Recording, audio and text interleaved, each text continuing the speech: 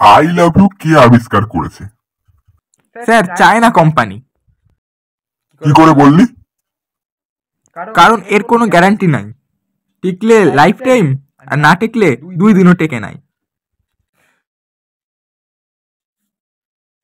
বাহ, চল তোকে আজকে মিষ্টি খাওয়াবো। হ্যাঁ স্যার, হ্যাঁ স্যার, রসগোল্লা রাজভোগ খাবো। সোনা, আমি তোমার নামটা কোথায় লিখবো?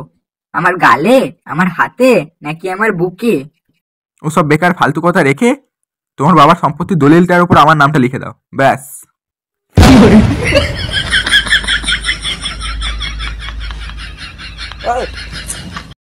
মন দিয়ে পড়ো মদন, না হলে পরীক্ষায় ফেল করবে।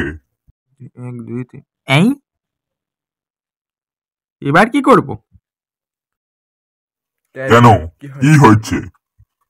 না স্যার, মানে আমি তো আমার মনটা অনেকদিন আগেই একজনকে দিয়ে এসেছি, তাহলে কি আমি সত্যি সত্যি ফেল করব?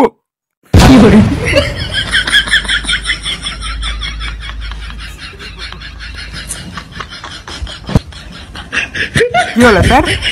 ও স্যার, মেয়েরা একটা প্রেমের প্রপোজ পেলে নিজেকে যতবার আয়নায় দেখে ততবার মনে হয় একটা ডায়রিয়া রোগীও পায়খানায় যায় না।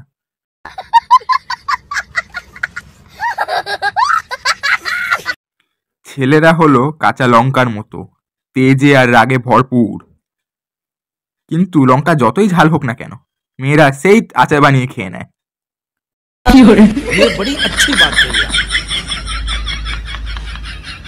যেই সব মেয়েরা বলে এই জামানায় একটাও ভালো ছেলে নাই, তারা হয়তো এখনো আমাকে চেনে না।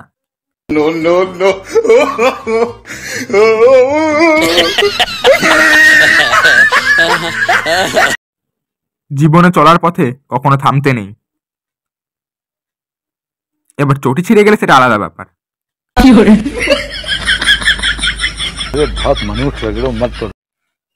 পৃথিবীতে এমন ঠান্ডা এখনো তৈরি হয়নি যে বিয়ে বাড়ি যাওয়া মেয়েকে সোয়েটার পরাতে পারবে।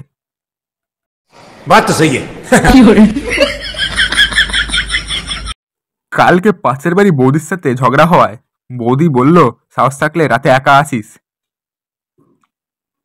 শালা এখনো বুঝলাম না, বৌদি হুমকি দিল নাকি সুযোগ দিল। कैसा लगा मेरा मजाक?